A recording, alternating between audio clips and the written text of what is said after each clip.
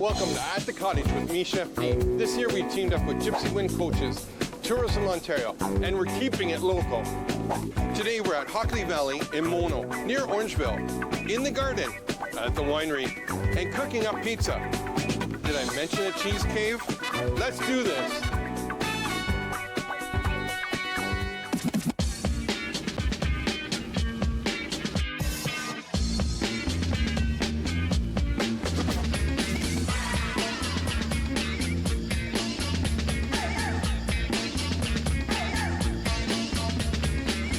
Hey, I'm in the garden here with Chef Innie, the chef de cuisine here at Hockley Valley. Brother, this is heaven. It is actually, I call it a chef's dream paradise. Like, this is fantastic. You have the gardens, which is just out in front of us. This garden here is more to your right, is the garden for that you give back to the community, right? This is for the food bank? We grow a lot of stuff for the Orangeville Food Bank, which we do every year, and we started that initiative, and it's such an amazing thing to give back to the community. And then on my left is you have all that you can come out and pick and do that, right? Yeah, absolutely. We are all-season resort, and in the summertime, this is the best thing to do. You come harvest. All our chefs and cooks are bound to come down, spend an hour, and harvest. Okay, so if this isn't working out, the TV thing, I might come and help you out a couple times, okay? That would be amazing, actually. Speaking of that, staffing here, because you're not right close to the city. I know Orangeville is about 15 minutes away. Now, do you have people actually come from the city, like down Brampton, Toronto area, to come up and work with you? Absolutely. So it has always been a tough ask to get staffing levels up here. But at the end of the day, when people come here for interviews and they see all this and they want to do certain things like this in their life and they want to do scratch cooking, they want to stick down. So we have a lot of staff who comes from Toronto, Brampton, Newmarket, so which is good. Nice. Now, not only on part of this property, you have the winery, right? And you just got awarded with the best winery in Ontario last year? Yes, that was last year in 2019 for us. And it's a proud moment because a lot of people thought that we won't be able to do wines up here. And then when this was started, Mr. Mario Adamo actually proved it wrong. And now we do so many wines up there, which I will be taking you up there for tour and tasting. It's just amazing. Sorry. Yeah, it's just amazing. We have some beautiful food up there. We do a lot of in-house made charcuterie up there. And if you like everything, you can just buy some stuff and take it home. Which is even better, right? So not only can they come and stay at the resort, but you can make this a day trip, right? Yeah. Come in, take a tour of the property. If you want to play a round of golf, you can. I forgot to bring my golf clubs, but you can do that. You can also go up to the winery, like as you mentioned, that. Okay, you also have a cheese cave and a meat cave in the hotel. That is something we are very proud of. The cheese cave, the curator for that is the Cheese Boutique Toronto chef, Afram Pristine. Oh, I know him well. Everybody knows him. He's such a fantastic chef, and he chooses all the cheeses for us. And the meat is something which we say it's our pride. We make it in-house. We do prosciutto, capicolo, sopressata, bresaola, cocciutorino, cocciatore. There's so many different kind of meats. I can just go on. You could have been an Italian, I wish I was, but I'm not. It's funny you say that. And the viewers know how much I love Italian food. And I think Italian food is one of those cuisines that just brings you to the table. And having laughs and sharing stories and everything. And truly, when it boils down to it, that's what we're here for, right? Oh yeah, absolutely we are. So, last question. Michelin rated. You've worked in Michelin-rated restaurants in France, and home is India, right? Yes, home is India. I started my career and my job back home. So what brought you to Canada? Like, was it work? Was it So I did start my career a long time back, and with my education degree and my master's, and I kept working my way up with different companies. And then there was a point where I said, you know what, I want to take a break. I want to study some more. Yep. What about Canada?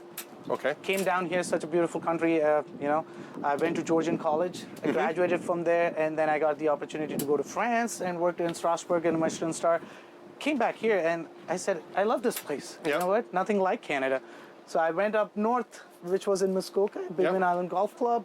And then I came here, and my journey started here in 2013. I have never looked back. And sous chef in the restaurant, and now you're the chef de cuisine. Yeah, I started in 2013 as a sous chef in Cabin, which is our signature restaurant. And that day I said, you know what? I want to own this place. I want to be the chef of this place. This is my business. I love it. I love it. I love it. Okay, we're in the garden. Yep. You offer pizzas 3 days a week, right? Friday, Saturday, Sunday, Friday, right? Saturday, and Sunday, 12 to 5. Okay, so you're starting off with a dough. Yep. So there's 2 ways you can do it, of course. What we're going to do is we're going to do scratch, which is the dough. We have it ready. It's proofed. We're going to roll it out. Or you can roll it out, par bake them, and put in the oven with desired, toppings and everything.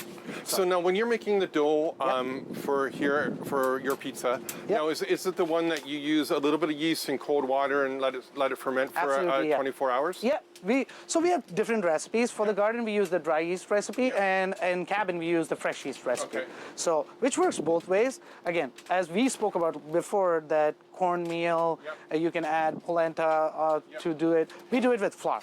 So that is one really good, cool thing that everybody has at home, right? And you just mentioned something, because this is really cool. Fresh yeast versus dry yeast. What's the difference, so the viewer will know? Dry yeast, again, if you don't like that yeasty flavor, you want to use the fresh yeast. The fresh yeast doesn't have a big shelf life, right? Unless you store it in your freezer. If you're storing it in the fridge, you want to make sure that you want to use it off very quick. Dry yeast has a longer shelf life. If you're stuck somewhere, as we all were for the longest time, that's when your dry yeast comes in place, and you can keep using it, right? Perfect. So you're going to get started on your dough. As you mentioned earlier, you can do the dough as chefs doing it, or you can actually bake it ahead of time, take it up to the cottage, put it in the freezer. Again, you don't want to spend a lot of time in the kitchen. You want to be out enjoying the garden, golfing, skiing, wherever you want to go. And I'm going to get started on our bacon and caramelized onions. Chef also has a beautiful wood grill, which is right behind me. And we have a fry pan just getting ready. I have some great Nutrifarms bacon. I picked a couple onions. Shh, don't tell Chef. I was in the garden. I picked some onions. We're going to chop that up and get going. Now the tomato sauce. Now you're using Italian tomatoes? Yes, we are. The San Marzanos, which is, I think, everybody's love for Italian sauces. Yeah. And fresh basil, as we spoke about, we have some fresh basil in our garden, garlic from the garden, onions, also coming out of the garden, right? So, and then I roasted off some garlic here for us in the pizza oven. Now your pizza oven, again, brick, you use it 3 days a week, so you're always, have it going and it's hot. And if you close it off today, tomorrow you could come back in the morning and it's going to be 300 absolutely. days. It will be still there because it will still have some ashes and a little bit of coal in there to keep it hot. And once you come in, you just want to make sure you have dry wood. Yep. And you put it in, and here you go. Off to a good start. Okay. And we're going to make 3 pizzas today, right? Yeah, absolutely. We're going to make some Italian pizzas and one of your favorites. Okay, perfect. When we come back, that's what we'll be doing.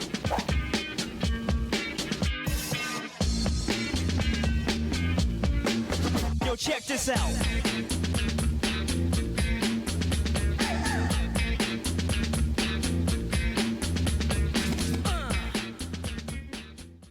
Growing up, I just felt this hatred for myself, and I stopped planning for the future because I didn't think I had one. Without United Way and the generosity of the whole organization, I don't even really know where I'd be. Honey, I hope you haven't started dinner yet. I gotta meet a client out for a drink. Don't wait up. What's this? Is he the only one, or have there been others? My friend Jade, I told her she could stay the weekend. You grab her suitcase, honey? Oh my God. Boy, you make it easy to make a grown man cry. Penny for your thoughts. I was wondering when you'll die. Why Women Kill. New series Sunday, September 6th, only on W.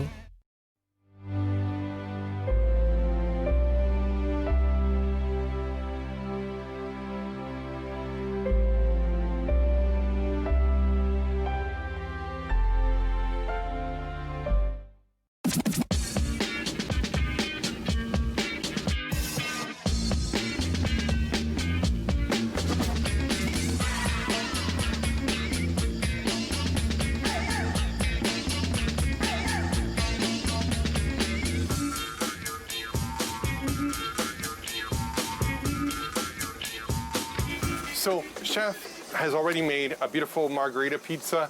Your one with the prosciutto, The Calabrese. Calabrese pizza, absolutely fantastic. Again, because they have the meat cave, the cheese cave.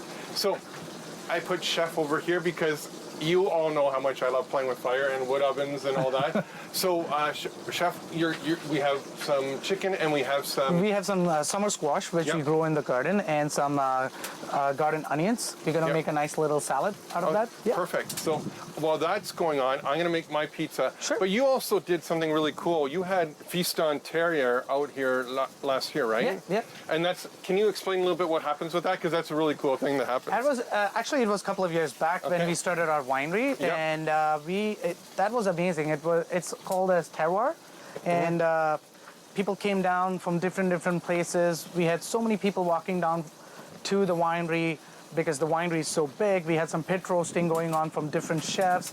We had a ravioli station. We have a carving station. That was really cool. Mm-hmm. It's a fun time because it's Feast on, it's all local, and it's funny, both of us are listening to the chicken going, we know it's done, we know it's done. So, with my pizza, again, using some great Nutrifarms bacon, some onions that I stole from Chef's Garden, and some garlic that I got at the Owen Sound Market. Fantastic Ontario garlic. If you don't use it, please do. And then, because, who else has a cheese cave but, other than you? Okay, so I have some Cambozola here, so I'm going to put a little bit of Cambozola on this pizza. How's it going in the pizza oven there? Oh, it's really good right now. We are almost there with the cooking part of it. So can you explain to the viewer what Feast On is? So Feast On is all about local, supporting local, all the local chefs and the culinary vision of it. I was chosen as Feast On Month chef, and I spoke about sustainability, which is very important at this time of year, right? We support each other, we support local, and we make sure our farmers get the best out of us for them. So, yeah, it is really good. It's such a great, and you as a viewer can look at your local restaurants and they'll have the Feast On designation in the window of the restaurant. And, all three of my restaurants are all Feast On certified. Wow. Just love it. So I'm going to put some fresh rosemary because we have this, and next to basil, what's better than rosemary? And then also, when I was in the cheese cave, I might have spent a little bit of time in the cheese cave today, sorry, chef. That's all you good. also have some paella, which is this really sweet version of Parmesan. So we're going to plain it, put a little bit on my pizza. I'm saying this like I own the place now. Now, not only do you grow your own garden, but you also support a lot of really cool farmers, don't you? Oh, yeah. So we do support New Farm, and we support Fiddlefoot Farm, which is, again, local, and Dripline. Yeah.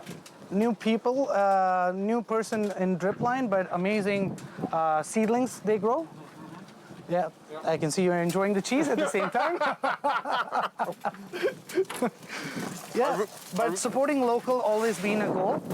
We have some beautiful aquaponic comes from Aqua Greens in Toronto, who are, again, it's all about sustainability. So, yeah, that's more important for us and for the culinary vision we have. So, that's ready to go. Okay, good. Because my pizza's ready to go. Are you guys ready to go? Are you guys going to follow me into the oven? Not literally.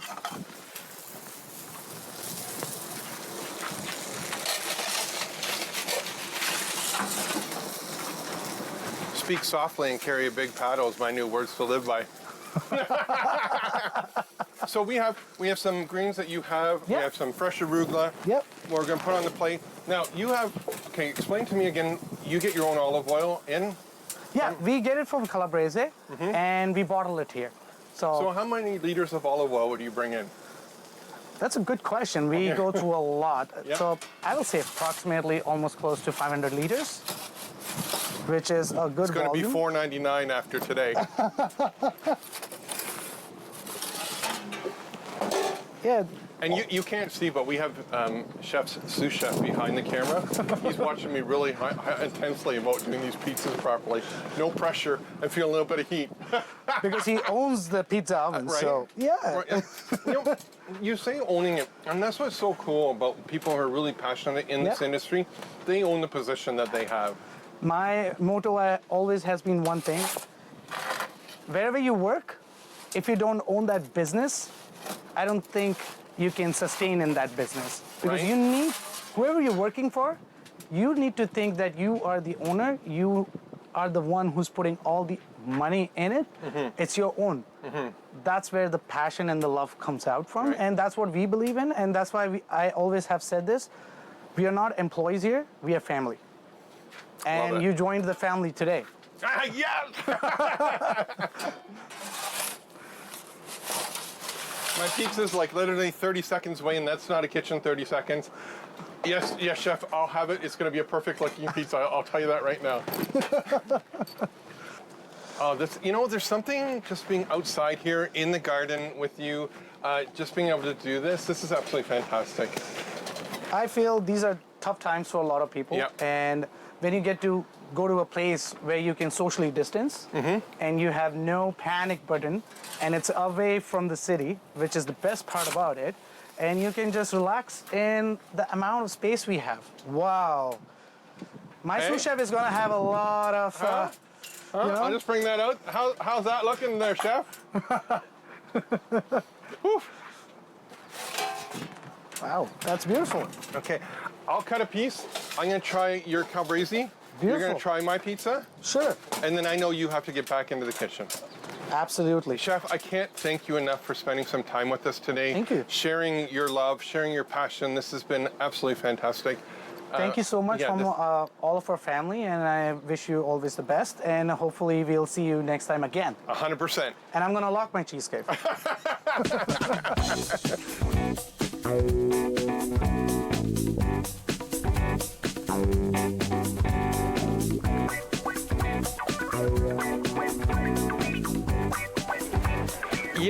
Sometimes it's really rough being Chef D. And right now is one of those times where, I'm taking one for the team. I'm here with Shannon, the wine manager, right? Wine manager of Adamo. I'm not saying that right. Yeah, Adamo Estate Winery. Okay, amazing. We have a little bit of a rosé here, and I might have to have a sip because, I'm getting dry. Oh, yeah. That is unbelievable. Isn't it delicious? Okay, so I gotta ask this. A winery on top of a ski hill, not in a wine region. Like, what the heck? How is that possible? Right. How did this all come about? Yeah, so it's very much the brainchild of Mario Adamo. Him and his wife, Nancy Adamo, at the time were owners of Hockley Valley Resort. They had passed their ownership down to John Paul and Julie, who are two of their 4 children. And Mr. Adamo, we call him Mr. A. That's his nickname. That's what they like to be called. Yeah, I can relate. He really wanted to start a vineyard where he could just make his own wine and grow his own grapes. Yep. And essentially enjoy his retirement. Yeah, fruits of his labor, no pun Exactly, intended, right? no pun intended. Very much when him and his wife had purchased Hockley in 1985, people thought he was crazy for wanting to do so. And in the same time as well, people thought he was absolutely crazy starting a vineyard here in Mono. This isn't a wine region. No one's ever tried growing grapes here. Therefore, it cannot be possible. Right. But he's very much a man who's a visionary and a man who goes against the grain, or against the grape, if you want to say it that way, where he didn't care and he pursued it, where he purchased a few plots of vines from Niagara and started our teaching vineyard over at Hockley. And that's down in the bottom, right? Correct. So when you pull up into the property, it's just on the north side where you can see there's several rows of vines. Yep. And that was done where he waited a few seasons after planting it to really see if the soils and the microclimate and if the conditions essentially were sustainable for growing grapes. At the time, we had a consulting winemaker named Jonas Newman, who's from Hinterland Winery, very notable winery in Prince Edward County. Jonas came over, he tested everything out and basically said, you know what, Mr. Adamo, you got something here. You better hire yourself a vineyard manager because you got your work cut out for you. So then, how many acres of vines now do you have? Correct. We have 18 acres currently planted here, and we own a 25-acre parcel. So predominantly we grow Chardonnay and Pinot Noir. We do have Vidal, which is directly next to us. We have Riesling, which wins awards every year. We have Gamay Noir. Okay, hold on to that. Yeah. Last year, you won the Winery of the Year, right? From a New York Wine Challenge. Okay. Wow. So which wines were you in that? So that was just as the winery as a whole. So we won best new winery within Ontario, which is huge, considering part of a lot of our labeling is playful, one of which our rosés is called the underdog rosés, because for a long time we were the underdogs, where no one thought it would be possible to do what we're doing here, and we're just showing that through perseverance and through research and through dedication, you can create something that's remarkable here. So, hiring a winemaker. So, who's your winemaker? So our winemaker is Shauna White. She's phenomenal. She's native to Kelowna, and her family, you can say she has wine running in her blood. Okay. Her family was one of the first to start planting in the Okanagan, and we're one of the first families to supply to Mission Hill, which is arguably one of the top wineries in Canada. 100%. And when she was pursuing different career options when she was younger, her grandmother essentially sat her down and said, "What are you doing? You know you love wine. You know you love being on a vineyard. Why aren't you pursuing this?" And that essentially set her straight. She went to Niagara College, where she got her accolades of being viticulture and winemaker. She did stages all over the world, one in Chablis in France, which is notable for Unoak Chardonnay. She did a stage in Australia. She was in Oregon. She settled in Niagara for a few years. And then in 2014, she joined the Adamo family for the winery here. Wow. And part of the reason why she was so excited to join here was that there was so much freedom to really let her creative strides come through. Part of what we do here, we are a boutique style winery. We are a small batch winery. We currently have about 30 different wines on the shelf, and we've made almost 60 different wines. So it's quite remarkable that one person managing that sort of team that can remember each wine and all their needs and everything that's done with them. So I know we were mentioning earlier, we've been part of Tourism Ontario doing the show and going around different resorts and that. Have you noticed a change in how people are reacting to COVID, and are they more apt to come here, let's say, 100%. versus... Sorry, I didn't mean to cut you off. No, it's all good. It's good. You can answer that question from there. So you're noticing a whole lot more people. 100%. I think the pandemic is really shifting everyone's thinking and everyone's perception. Since for the most part, people are still unable or aren't necessarily comfortable leaving the province in order to get away, they're realizing that what you have in your backyard here, so to say, is so close and is so accessible, and you can still have that wonderful getaway experience and still be very close to wherever home is. So we're definitely seeing a surge where we ask people, how did you hear about us? Oftentimes we're advertised on Instagram, or a friend posts something online, or they're doing research and are totally shocked that there's a winery 45 minutes from Toronto and they don't have to trek all the way out to Niagara or all the way out to Prince Edward County. You can come right here, you can stay over at the resort, you get the full package essentially. That's really cool, really cool. I think it's time that we go for a little tour, don't you? Let's do it. Can I bring my wine glass? You sure can. Yes. So we're about to taste our tour of your great wines here. So excellent. Yeah, let's get started. Sure, we've picked a really special spot to conduct our tasting here.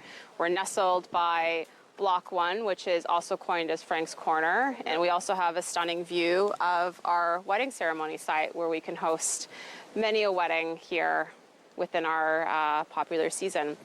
Frank's Corner here holds a special story. Frank was Mr. Adamo's best friend. When they were in their early 70s, they planted by hand the first 32 rows that you see here. Wow. Unfortunately, Frank did not live to see the success of the winery here as it is today. So part of the limestone that was excavated from the soils, we've carved into a plaque to commemorate his best friend and all the work that he did. Here's to Frank. So what we're tasting first is our Legacy Pinot Blanc Pet Nat. Have you ever heard of a Pet Nat before? No, I have not. And I'd like to think of myself as one of the wine guys. So Pet Nat is the ancestral method of sparkling winemaking. It's short for Pétillant Naturel, which means natural sparkling in French. To put it simply, this is like a baby champagne. So what's happening is from when we pick the grapes to ferment and then finish fermentation in bottle and then release to put on the shelves, it's only a 3-month turnaround. So it's very quick. Because it finishes fermenting in bottle, you see that there's the lees that is still along the bottom, which is why looking at it, you see that cloudy characteristic. And you also see the beautiful bubbles that come through too. So this is just really a fun, invigorating, fresh, sparkling wine. You almost get like a brewer's smell to it, like Definitely. aroma. And then you get like the grapefruit to kind of finish, just that tartness of 100%. We love to introduce this wine when we have someone coming here and they say, well, I'm not really a wine drinker, I'm more of a beer drinker. We kind of compare this to like a sour rot beer almost. Next in our lineup is our Sauvignon, which is our Unoak Chardonnay. The label is really special. Sauvignon translates from Italian as dream, because it was Mr. Damo's dream to start a vineyard here. And even mimicking on the label, you see the rolling hills, which mimics the landscape that we have here. These are grapes coming from the Loire vineyard in Niagara-on-the-Lake. They're 25-plus-year-old vines, so there's lots of minerality and texture that comes through. 100%. You get a lot of tree fruit too, some apple and pear. This is definitely one of our most popular. Yeah, ripe pears right away. Yeah. It's sitting at about approximately 8 grams residual sugar per liter. So really, really crisp, clean, easy drinking. A nice little butter finish on your tongue right at the end there. What I love about this wine is that it has a great backbone acidity to it that just really lifts up the fruit and has its full expression that comes through. So next up, we have our estate Pinot Noir, which has just hit the shelves today, which is pretty exciting. This is coming from 2018. Oak on that baby. And black pepper, like right away. 100%. Wow. Black pepper, black rich cherry for sure. You know, I sometimes have problems with Ontario Pinot Noirs being way too acidic, and you lose out some of the nuances of that.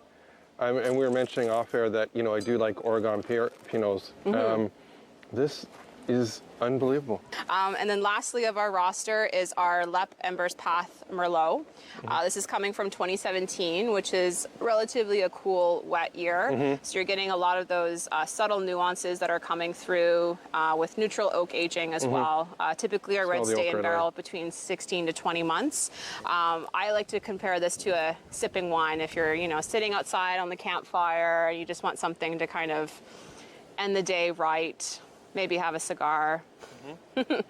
No, I could see that, you know, if that's, you know, your pleasure of cigars, this is the wine that you want to have with it. For sure. You definitely get that leather tobacco and that ripe berry note that comes through too.